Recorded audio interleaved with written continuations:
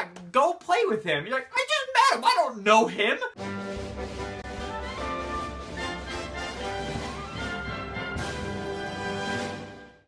Hey everybody, I'm Jammer, and this morning, the Pokemon Sun and Moon demo thing, whatever, it released on the eShop in America this morning. I spent a ton of time playing it. I just thought I'd just give my, impressions and how I enjoyed, playing the game. So, to kind of describe how the demo starts, basically, you play as Sun. It just immediately starts you playing as the male character, and you just arrive in, the city hall or whatever with your mom, trying to, get your residency application thing, or change of address, basically. And then literally randomly you just meet Hao, and your mom's like, yeah, go play with him. You're like, I just met him, I don't know him. Anyways, you go along with it for some reason, and then he goes out and takes you right outside the building, and immediately one of the greatest lines in the demo, these two thugs come up, Team Skull, and he's like, hey you, did you flew here or did you grew here? And they're doing the things, and that was a total laugh out loud moment. Totally something they would definitely say. So anyways, that's your first introduction to basically battling. He's like, hey, you have your Greninja, let's fight, and then you fight. You fight like a young goose, and he literally dies in one hit, almost with any move you use.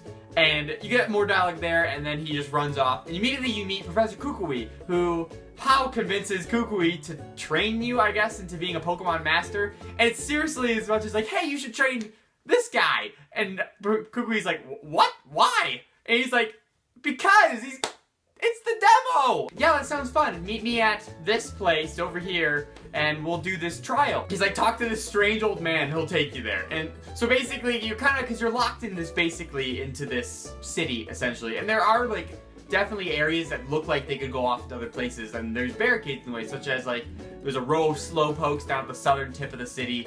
One of the buildings is, blocked off because a lady's playing with her Corsola or something like that. And then the guy, the old man, is up there, blocking that road, but then he'll take you to wherever this other new trail or route is. And basically you get introduced, to tall grass. You have a few encounters here, and really only Pokemon you see are Pikipek, Yungoos, and Pikachu.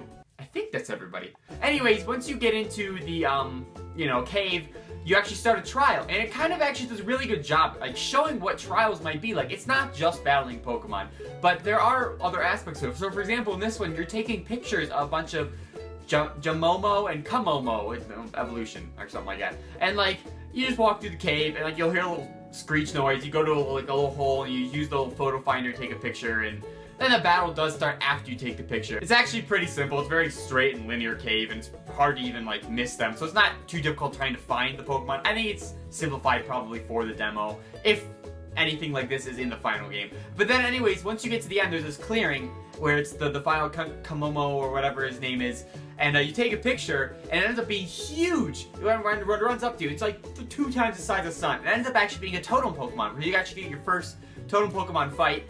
And I actually had a lot of fun with that, because it was a 2-on-1 at one point.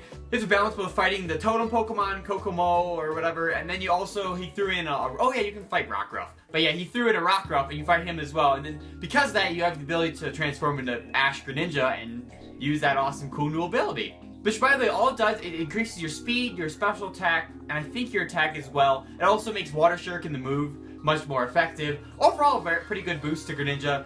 But I mean, as far as comparatively to the original Greninja versus this one, I don't know. I mean, you're asking the wrong guy. Which one's better?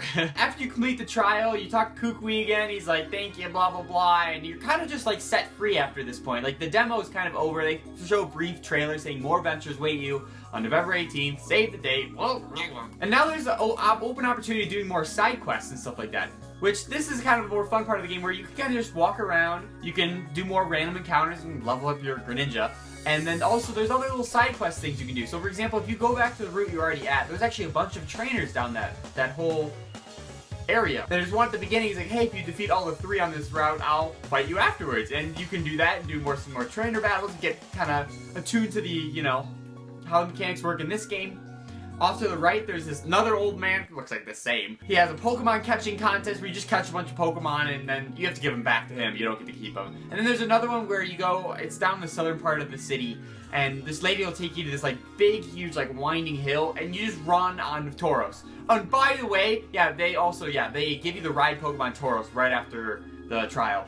And Oh my gosh, I love ride Pokemon. Riding around Tauros, a million times better than ever riding a bike or whatever. So much fun, and it's way fast. And the control's pretty good as well. Because of the full 360 movement with like the circle pad, it feels really natural, and you can even do the full speed boost. Like, his normal trot is still pretty fast. But then even with his holding down B where he like smashes through rocks and his speed boost, he actually has a pretty good amount of speed to him. And it's still pretty controllable as well, so I could maneuver pretty easily through like specific little paths and ramps and stuff like that. And overall, my biggest impression and takeaway, I guess, from it all is just that like this area is like so alive. There was tons of Machamp, Slowpoke, obviously, Corsola, like just humans with their Pokemon out just like hanging out and talking to them, and basically. Granted, some of them were kind of used to like hold the player, you, back from discovering other stuff in the demo, I guess. Like there was one Slowpoke waiting in line to get something to eat, but so then you can't talk to the person at the counter because, you know, Slowpoke's deciding what he wants. He's taking forever. So there's this interesting thing in the demo that a lot of people have been noticing,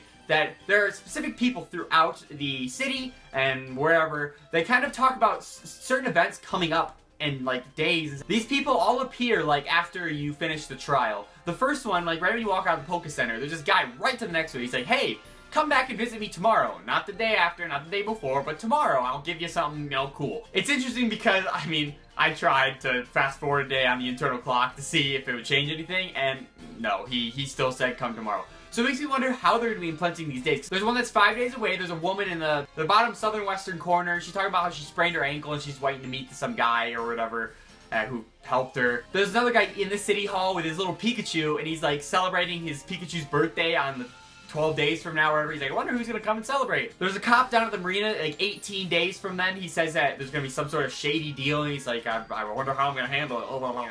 And then there's this lady at the ferry place at the marina. She's talking about, hey, I'm leaving in 24 days. Like, I'd love to have you see me off. There's another one too in the Pokemon Center. There's a barista that says like, oh, the actual manager's like gone adventuring and be back in a month or so.